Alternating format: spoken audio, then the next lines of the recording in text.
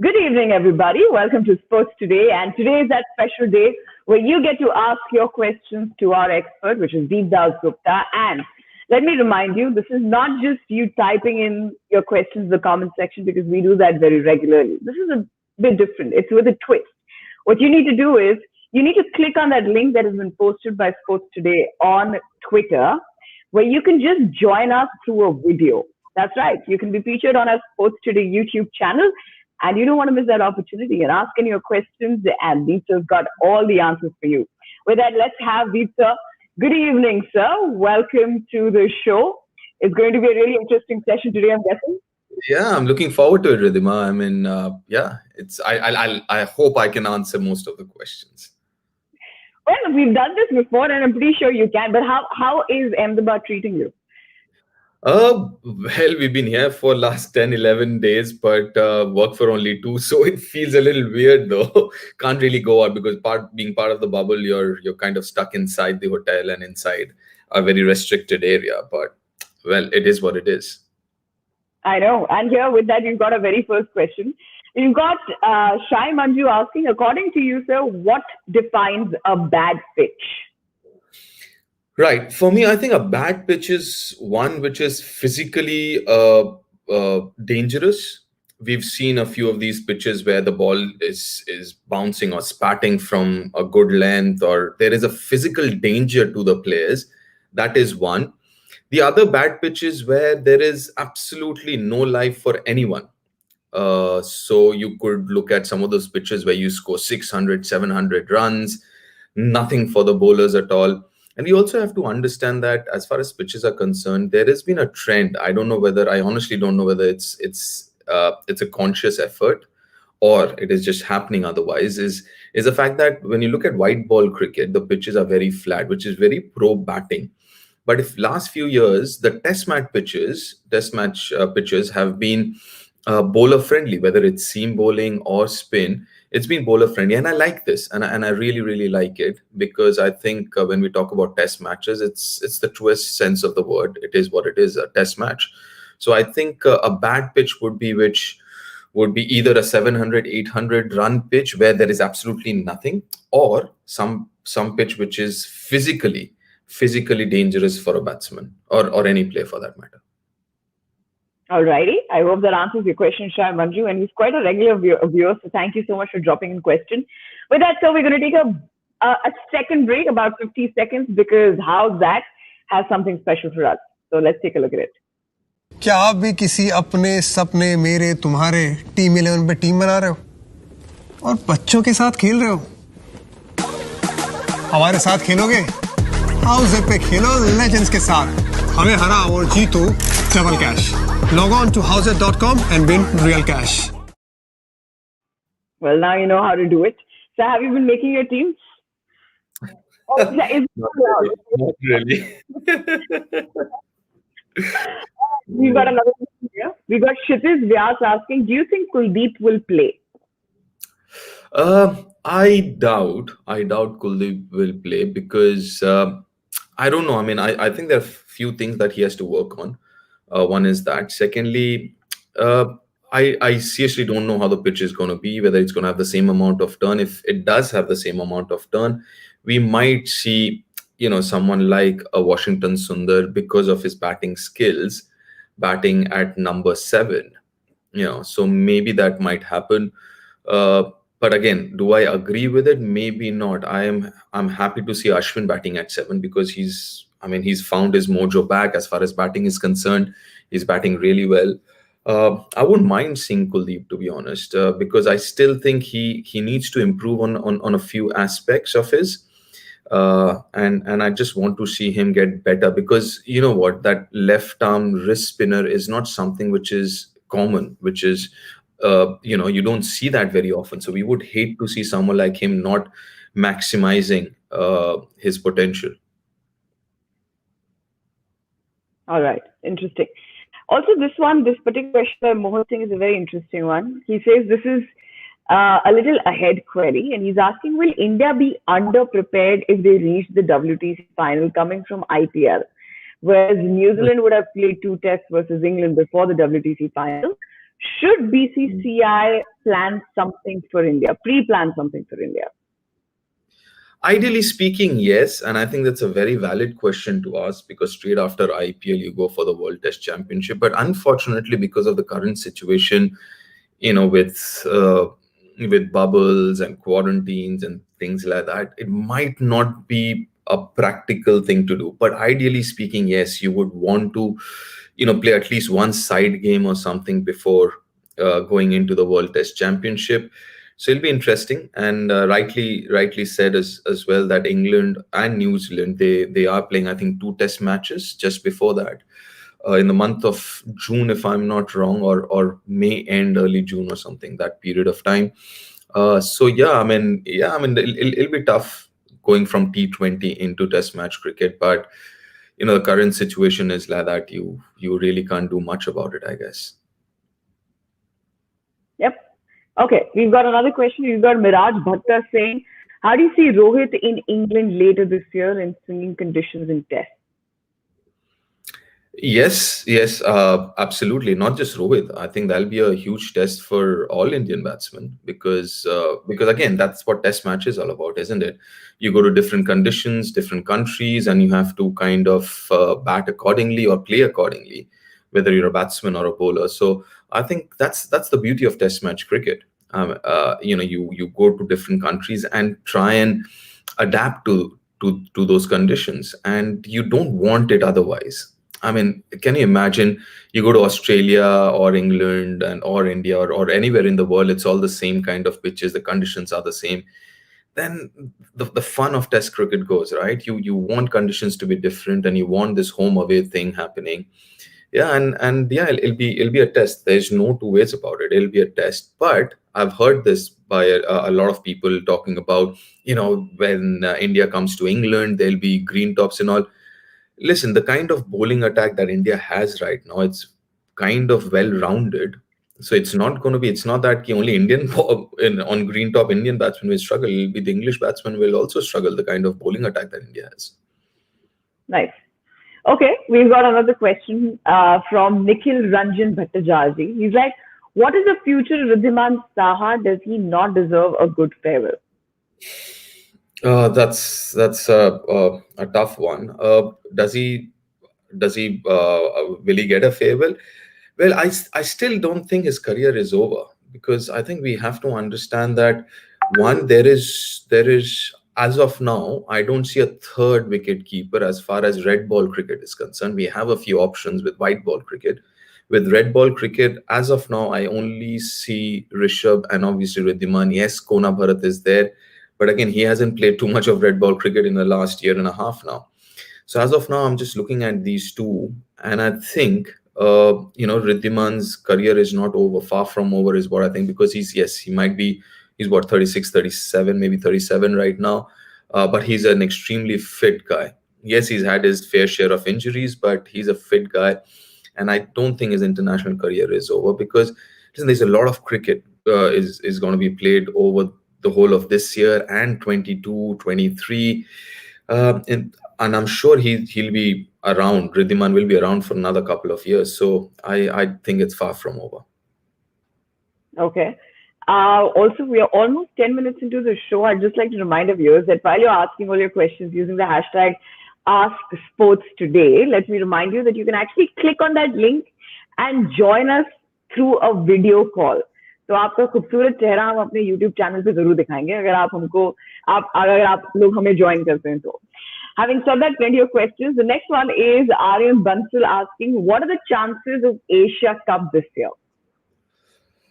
Oh, that's again a tricky one, because I know there was this news report. I don't know how much of that was true, that it might not happen. One of the senior officials was quoted in that. Again, I don't know whether that's true or not, but I've read it. It's going to be tricky, because you have India's tour to Sri Lanka. You have also a scheduled tour to Zimbabwe. And then you obviously have the World Test Championship. If India qualifies, then you have the England series, which is a longish, and it's quite late actually. I mean, it's July and August. Generally, you don't play that late in England, but yeah, I mean July, August, and obviously then you have the home season. come October, the World Cup is also there. So it'll be interesting whether can fit in an Asia Cup there. Asia Cup was scheduled to happen in Sri Lanka, so maybe they might want to do, kind of club it with the India Sri Lanka series, India touring to Sri Lanka. Yeah. Maybe you want to club it with that. That'll be interesting. But as of now, it looks a little difficult. But if it's a T20 tournament and if you schedule it, I mean, the schedule would be a little tight, but I think you can play over a week's time or maybe 8 days' time. You play that tournament, a T20 tournament, because the World Cup is also coming up.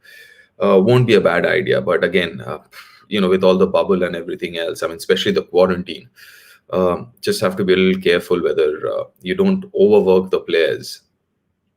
Yeah. And that bubble life is definitely not easy. It's not easy to pull off. It's not easy to live. But for the way the productions are carrying it off, kudos to them.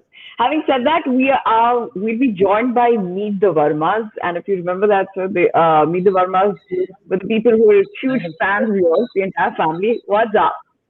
Yes, I'm good. How are you, Wriddhiman? Deep sir, how are you? Very good, very good. Mr. Verma? Yes. At the outset, I just thought I'll just quickly add in. My wife is a Filipino, so we live in Dubai. Okay.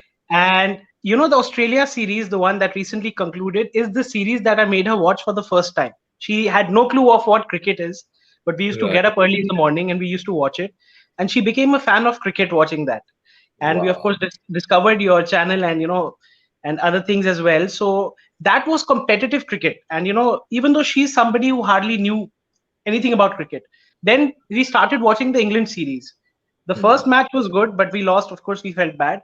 The second and the third matches, we enjoyed India winning, being biased. I'm an Indian and she's supporting us.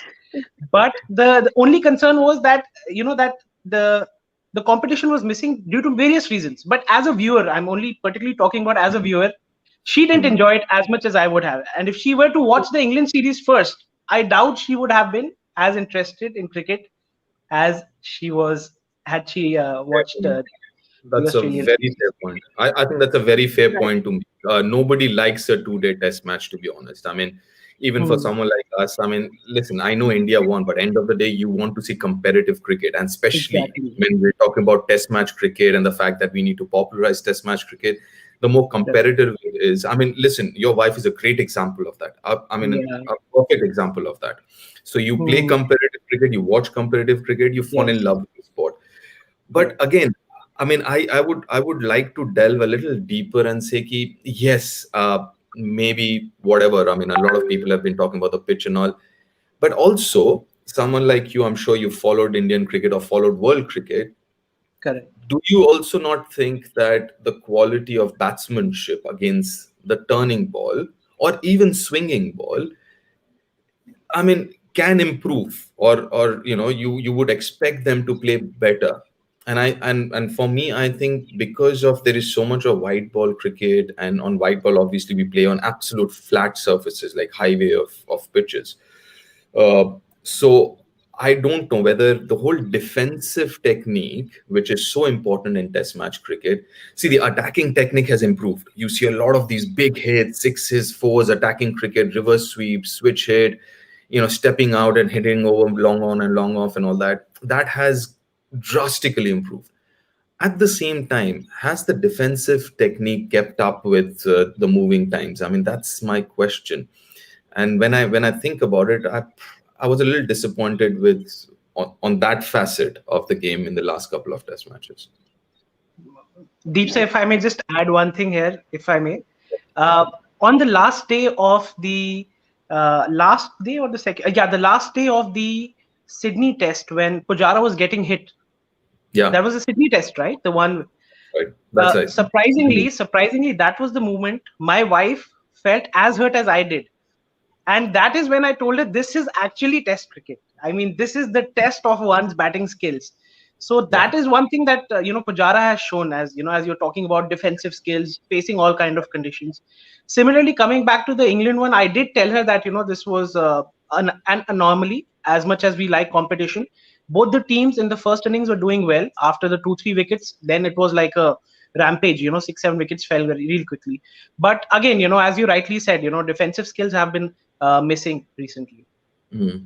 Yeah, and I think it is. Sorry, if I may just add to that, Sharath Srivastav has mentioned about the pink ball. I think that is also an important aspect, because the pink ball is also it's a work in progress. This was the 16th Test match with the pink ball, right? And first time, to be honest, in a Test match, I've seen a pink ball spinning. So I think that also, and I agree with Mr. Srivastav there, that the pink ball, again, because it's work in progress, you don't know how a pink ball, because I also did not know how a pink ball would react to a surface like that, because till now we've only seen green top pitches for the pink ball. So yes, I mean, that could also be a reason, as pointed out. And again, with the pink ball, it might take a little longer, because obviously a lot of batsmen I was talking to, they said gets skidded through, and we saw that a lot of the batsmen got out off the back foot. That means they were slow on it, or the ball came in quicker than they expected. So that should also be kept in mind when we're talking about the last Test match. It's a fair point. Yeah. All righty. Well, thank you so much, Mr. Verma. And I just hope, I think he's dropped, and I just hope that Mrs. Verma likes the T20Is, and of course, the upcoming IPL, and hopefully she becomes a huge fan of cricket when she joins us on our hashtag Ask Sports today. With that, moving on to the next one, we've got Sports Intellect joining. Good evening, Sports Intellect. Just hop in. Hi. My name is Abel, and Sport Intellect is my channel. I also run a sports channel inspired by sports today, I would say, and Boryada. That's how my inspiration and our thing came. Yeah. It's great to hear, Abel. Yeah. Deepda, my question is basically, now we saw a couple of turners being produced in Chennai and Ahmedabad. So my pertinent question is that in Ahmedabad, we saw probably a little more quicker turn. Can we expect that to continue in the fourth Test? Because we know Ahmedabad has 12 wickets and a black soil and a red soil wicket. So there are also reports coming in BCCI officials saying that there would be a batting beauty. So what can we expect for the fourth Test? So, and I think if you've heard my pitch report, and I mentioned that was this red soil is different from the Chennai red soil. So this red soil is a little more clingy. So when it breaks, it doesn't become a dust bowl. You get pebbles and all, right? So the Chennai one, even though it was a red soil pitch, because of the nature of that red soil, the ball, there was no grip, as in there was no pace of the pitch. But this one, you expect, because this is very similar to the Wankhede. I mean, it is the same soil used in Wankhede as well. So it is more similar to the Wankhede pitch, where there is bounce, where when it turns, you get sharp turn. It is not as slow as we saw in Chennai. So it's a different kind of a soil, even though it looks the same. So you would expect the same, irrespective whether it turns or it's rolled harder and it becomes a batting paradise. One thing you will get off this pitch, especially if it's the red soil, I don't know whether, because this whole square is divided between partly black and partly red. If for the last Test match it's a red soil pitch, I think you will still see carry, irrespective whether it turns or not. You will see that bounce, you see that pace of the pitch. Nice.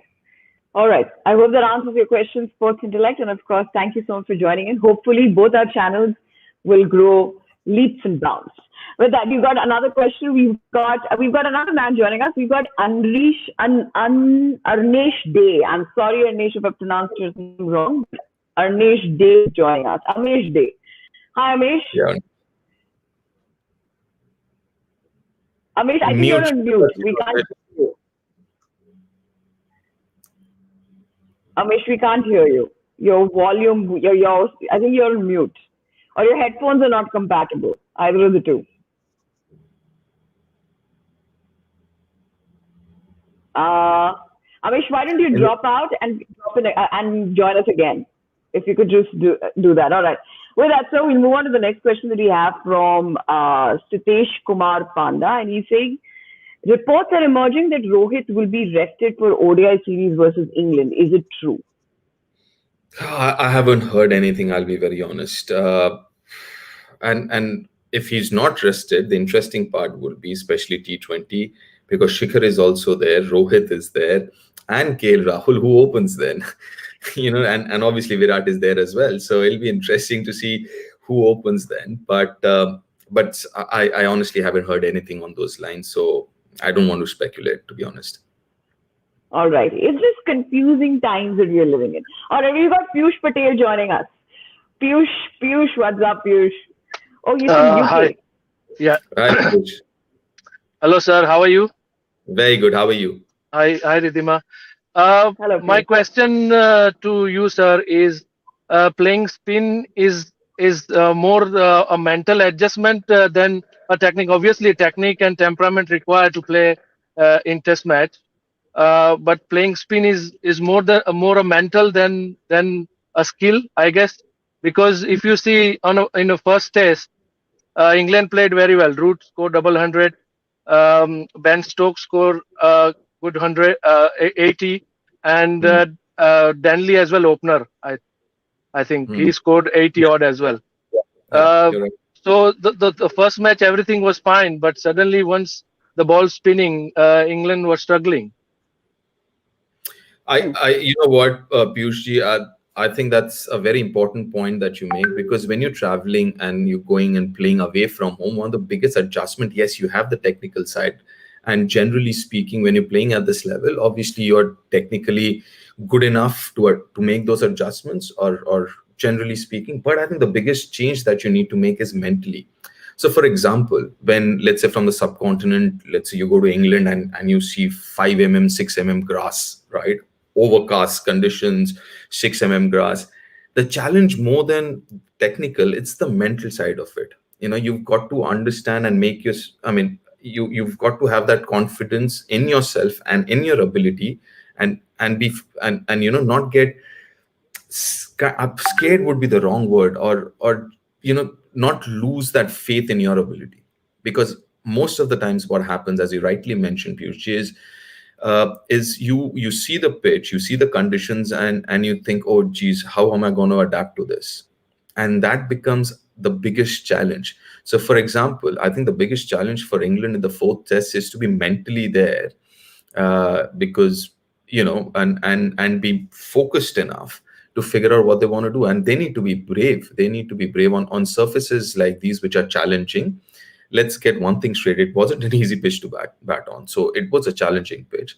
So on challenging pitches, you have to be bold. You have to be fearless, very clear in your thought process, what you want to do, what shots. Because we were having this chat with Rohit after that 161. And one thing was very clear is like his clarity of thought. He knew exactly what shots he wants to hit, what shot he doesn't want to hit, what will work for him on that pitch, what won't work for him.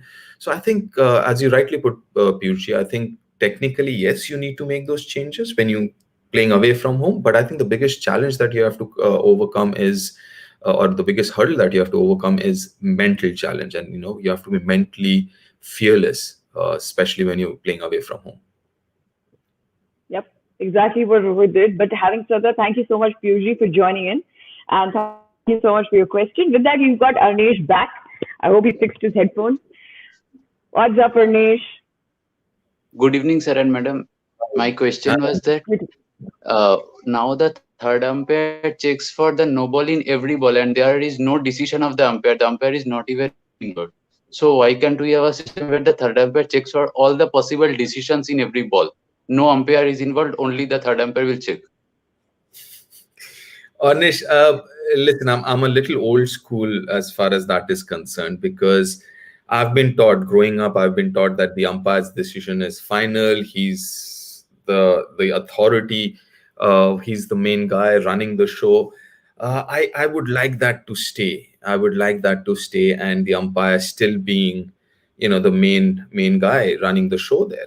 And in that case, but if I just twist your whole opinion, or rather your suggestion, and say, listen, most of us, I'm sure, have watched football, and then you have the VAR system, right, where the players don't have review. It is the officials, the on-field officials, the assistant, and the VAR officials. They look at a decision and inform the umpire, or the referee in this case, saying, you know what, you better have a look at it. You might want to have a look at it. It looks whatever otherwise. and the officials amongst themselves, they decide. So I'm happy to go that way in cricket as well, where there are no player reviews. The third umpire, as you mentioned, Onish, can, if there is a big inside edge and the umpire, on-field umpire, has given a leg before, the third umpire can say, you know what, on-field umpire, just have a look at it. I think there's a big inside edge. And then amongst them, they sort it out and they change the decision or whatever. I like that idea, because in that case, you're taking away this whole challenging the authority away from the players.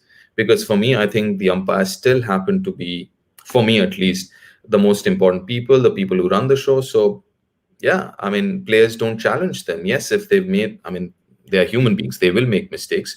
So if they have, one of them will get it done, will get it sorted. All right. Thank you so much, Anish, for joining in. But I love the question. I'll tell you where this is stemming from, sir. This is the Gen Z, and this is AC, which is after Corona. So I think the thought process is all about cost cutting, cutting on infrastructure, stay where you are. Why three people? Only one person can do the job. This is AC after Corona effect. I hope that doesn't happen though.